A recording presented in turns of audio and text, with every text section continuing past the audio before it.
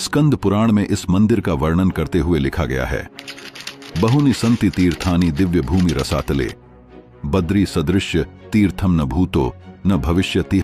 अर्थात स्वर्ग, पृथ्वी तथा नर्क तीनों ही जगह अनेकों तीर्थ स्थान हैं, परंतु फिर भी बद्रीनाथ जैसा कोई तीर्थ न कभी था और न ही कभी होगा। तो नमस्कार दोस्तों, मैं रवि आपका मेरे चैनल रवि वर्ल्ड ट्यूब में स्वागत करता हूं। आज हम बद्रीनाथ से जुड़े सभी रहस्य एवं संपूर्ण इतिहास पर चर्चा करेंगे। उम्मीद है आपको वीडियो पसंद आएगी, तो चलिए शुरू करते हैं। पौराणिक लोक कथाओं के अनुसार बद्रीनाथ तथा इसके आसपास का पूरा क्षेत्र किसी समय केदार खंड रूप में अवस्थित था। जब गंगा नदी धरती पर अवतरित हुई तो यह 12 धाराओं में बढ़ गई तथा इस स्थान पर से होकर बहने वाली धारा अलकनंदा नाम से विख्यात हुई। मान्यता अनुसार भगवान विष्णु जब अपने ध्यान योग हेतु उचित स्थान खोज रहे थे, तब उन्हें अलकनंदा के समीप यह स्थान बहुत भा गया। नीलकंठ पर्वत के समीप भगवान विष्णु ने बाल रूप में अवतार लिया और जोर जोर से रोने लगे। उन्हें रोते हुए देख माता पार्वती का हृदय द्रवित हो उठा और उन्होंने बालक के समीप उपस्थित होकर उसे मनाने का प्रयास किया और बालक ने उनसे ध्यान योग करने हेतु वह स्थान मांग लिया। यही पवित्र स्थान वर्तमान में बद्री विशाल के नाम से सर्वविदित है। विष्णु पुराण में इस क्षेत्र से संबंधित एक अन्य कथा है, जिसके अनुसार धर्म के 2 पुत्र हुए, नर तथा नारायण, जिन्होंने धर्म के विस्तार हेतु कई वर्षों तक इस स्थान पर तपस्या की थी। अपना आश्रम स्थापित करने के लिए एक आदर्श स्थान की तलाश में वे वृद्ध बद्री, योग बद्री, ध्यान बद्री और भविष्य बद्री नामक 4 स्थानों में घूमे। अंततः उन्हें अलकनंदा नदी के पीछे एक गर्म और एक ठंडा पानी का चश्मा मिला, जिसके पास के क्षेत्र को उन्होंने बद्री विशाल नाम दिया। यह भी माना जाता है कि व्यास जी ने महाभारत इसी जगह पर लिखी थी और नर नारायण ने ही क्रमशः अगले जन्म में अर्जुन तथा कृष्ण के रूप में जन्म लिया था। महाभारत कालीन एक अन्य मान्यता यह भी है कि इसी स्थान पर पांडवों ने अपने पितरों का पिंडदान किया था। इसी कारण से बद्रीनाथ के ब्रह्मकपाल क्षेत्र में आज भी तीर्थयात्री अपने पितरों का आत्मा की शांति के लिए पिंडदान करते हैं। ग्रंथों में वर्णन के अनुसार बद्रीनाथ मंदिर का उल्लेख विष्णु पुराण, महाभारत तथा स्कंद पुराण समेत कई प्राचीन ग्रंथों में मिलता है। कई वैदिक ग्रंथों में लगभग 1750-1500 ईसा पूर्व भी मंदिर के प्रधान देवता बद्रीनाथ का उल्लेख मिलता है। स्कंद पुराण में इस मंदिर का वर्णन करते हुए लिखा गया है, बहुनि संति तीर्थानि दिव्य भूमि रसातले, बद्री सदृश्य तीर्थम न भूतो न भविष्यति। अर्थात स्वर्ग, पृथ्वी तथा नर्क तीनों ही जगह अनेकों तीर्थ स्थान हैं, परंतु फिर भी बद्रीनाथ जैसा कोई तीर्थ न कभी था और न ही कभी होगा। मंदिर के आसपास के क्षेत्र को पद्म पुराण में आध्यात्मिक निधियों से परिपूर्ण कहा गया है। भागवत पुराण के अनुसार बद्रिकाश्रम में भगवान विष्णु सभी जीवित इकाइयों के उद्धार हेतु नर तथा नारायण के रूप में अनंत काल से तपस्या में लीन हैं। महाभारत में बद्रीनाथ का उल्लेख करते हुए लिखा गया है, अन्यत्र मरणा मुक्ति स्वधर्म विधिपूर्वकात्, बद्री दर्शनादेव मुक्ति पुंसाम करे स्थिता। अर्थात अन्य तीर्थों में तो स्वधर्म का विधिपूर्वक पालन करते हुए मृत्यु होने से ही मनुष्य की मुक्ति होती है, किंतु बद्री विशाल के दर्शन मात्र से ही मुक्ति उसके हाथ में आ जाती है। इसी तरह वराह पुराण के अनुसार मनुष्य कहीं से भी बद्री आश्रम का स्मरण करता रहे तो वह पुनरावृत्ति वर्जित वैष्णव धाम को प्राप्त होता है। यथा श्री बदर्याश्रमम पुण्यम यत्र यत्र स्थित स्मरेत स याति वैष्णवम स्थानम पुनरावृत्ति वर्जित। उम्मीद है अब तक दी गई जानकारी से आप संतुष्ट हैं। तो अगर आपको वीडियो अच्छी लग रही हो तो लाइक और सब्सक्राइब कर हमें सपोर्ट करें। चलिए अब बात करते बद्रीनाथ के इतिहास की। बद्रीनाथ मंदिर की उत्पत्ति के विषय में अनेक मत प्रचलित हैं। कुछ स्रोतों के अनुसार यह मंदिर 8वीं शताब्दी तक एक बौद्ध मठ था, जिसे आदि शंकराचार्य ने एक हिंदू मंदिर में परिवर्तित कर दिया। इस तर्क के पीछे मंदिर की वास्तुकला एक प्रमुख कारण है, जो किसी बौद्ध विहार मंदिर के सामान है। इसका चमकीला तथा चित्रित मुख भाग भी किसी बौद्ध मंदिर के समान ही प्रतीत होता है। अन्य स्रोत बताते हैं कि इस मंदिर को 9वीं शताब्दी में आदि शंकराचार्य द्वारा एक तीर्थ स्थल के रूप में स्थापित किया गया था। एक अन्य मान्यता यह भी है कि शंकराचार्य 6 वर्ष 814 से 820 तक इसी स्थान पर रहे थे। इस स्थान में अपने निवास के दौरान वह 6 महीने के लिए बद्रीनाथ में और फिर शेष वर्ष केदारनाथ में रहते थे।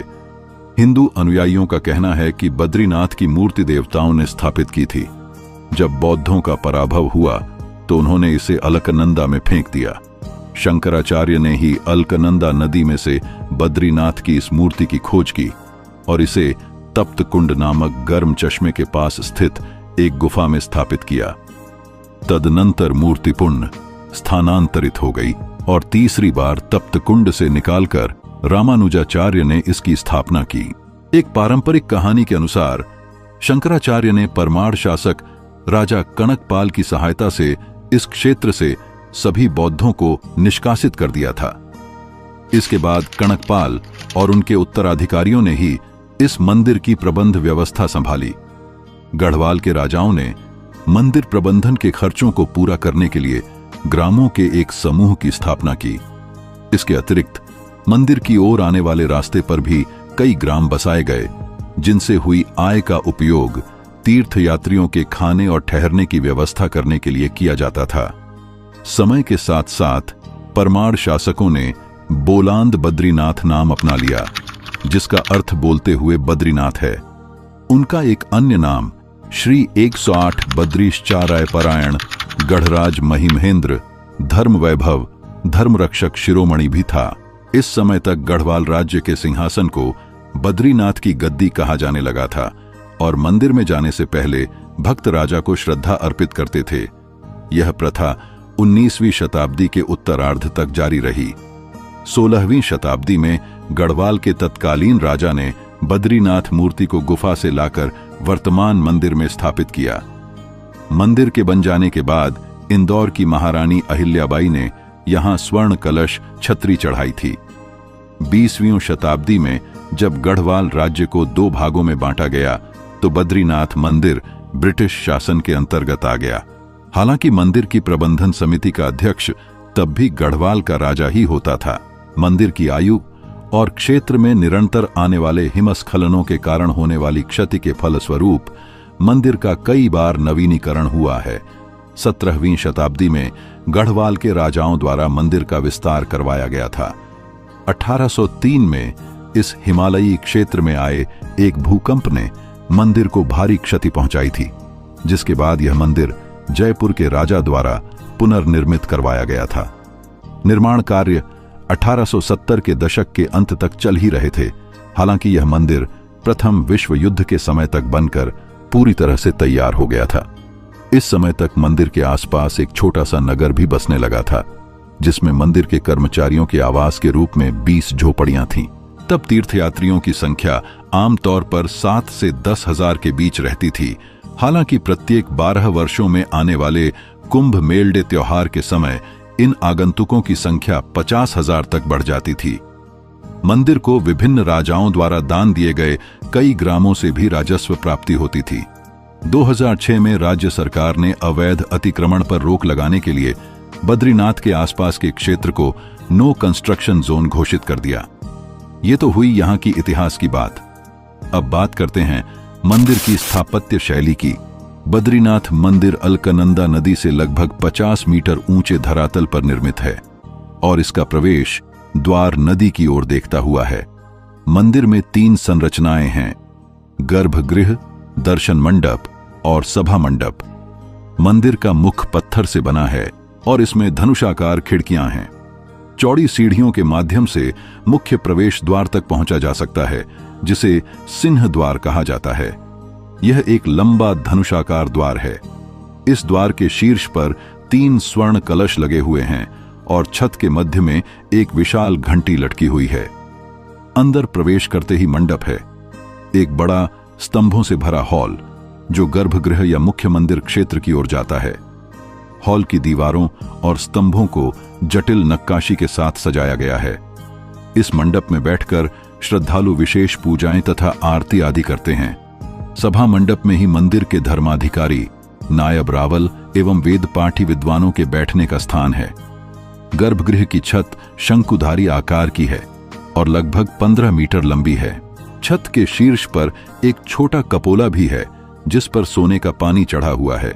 गर्भगृह में भगवान बद्रीनारायण की 1 मीटर लंबी शालिग्राम से निर्मित मूर्ति है जिसे बद्री वृक्ष के नीचे सोने की चंदवा में रखा गया है।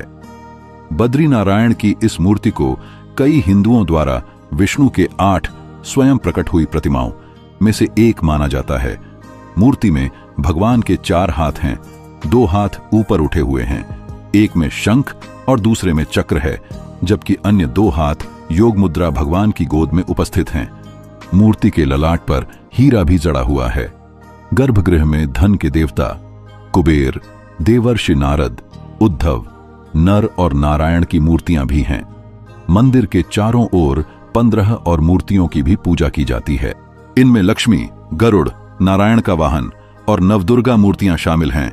इनके अतिरिक्त मंदिर परिसर में गर्भगृह के बाहर लक्ष्मी नृसिंह और संत आदि शंकराचार्य 728 820 ईसा पूर्व पश्चात, नर और नारायण वेदांत देशिक रामानुजाचार्य और माना गांव के एक स्थानीय लोक देवता घंटाकर्ण की मूर्तियां भी हैं। बद्रीनाथ मंदिर में स्थित सभी मूर्तियां शालिग्राम से बनी हैं। बद्रीनाथ मंदिर में आयोजित सबसे प्रमुख पर्व माता मूर्ति का मेला है, जो मां पृथ्वी पर गंगा नदी के आगमन की खुशी में मनाया जाता है। इस त्योहार के दौरान बद्रीनाथ की माता की पूजा की जाती है, जिन्होंने माना जाता है कि पृथ्वी के प्राणियों के कल्याण के लिए नदी को 12 धाराओं में विभाजित कर दिया था। मंदिर में प्रातःकाल होने वाली प्रमुख धार्मिक गतिविधियों में महाअभिषेक, अभिषेक, गीता पाठ और भागवत पूजा शामिल हैं, जबकि शाम को पूजा में गीत गोविंद और आरती होती है। सभी अनुष्ठानों के दौरान अष्टोत्रम और सहस्रनाम जैसे वैदिक ग्रंथों का उच्चारण किया जाता है। आरती के बाद बद्रीनाथ की मूर्ति से सजावट हटा दी जाती है और पूरी मूर्ति पर चंदन का लेप लगाया जाता है। मूर्ति पर लगा ये चंदन अगले दिन भक्तों को निर्मल्य दर्शन के दौरान प्रसाद के रूप में दिया जाता है। मंदिर के लगभग सभी धार्मिक अनुष्ठान भक्तों के सामने ही किए जाते हैं। कुछ अन्य हिंदू मंदिरों के विपरीत, जहां ऐसे कुछ अभ्यास गुप्त रखे जाते हैं। आज की वीडियो यहीं पर समाप्त करते हैं। अगर आपको हमारे द्वारा दी गई जानकारी अच्छी लगी हो तो वीडियो को लाइक कर हमारे चैनल को सब्सक्राइब कर हमें सपोर्ट करें, ताकि हम आपके लिए ऐसी ही जानकारी भरी वीडियो लाते रहे। साथ ही साथ अपने हित जन को फॉरवर्ड कर दे ताकि उन्हें भी सारी जानकारी मिल सके। चलिए फिर मिलते हैं अगले वीडियो में, तब तक के लिए जय बद्रीनाथ।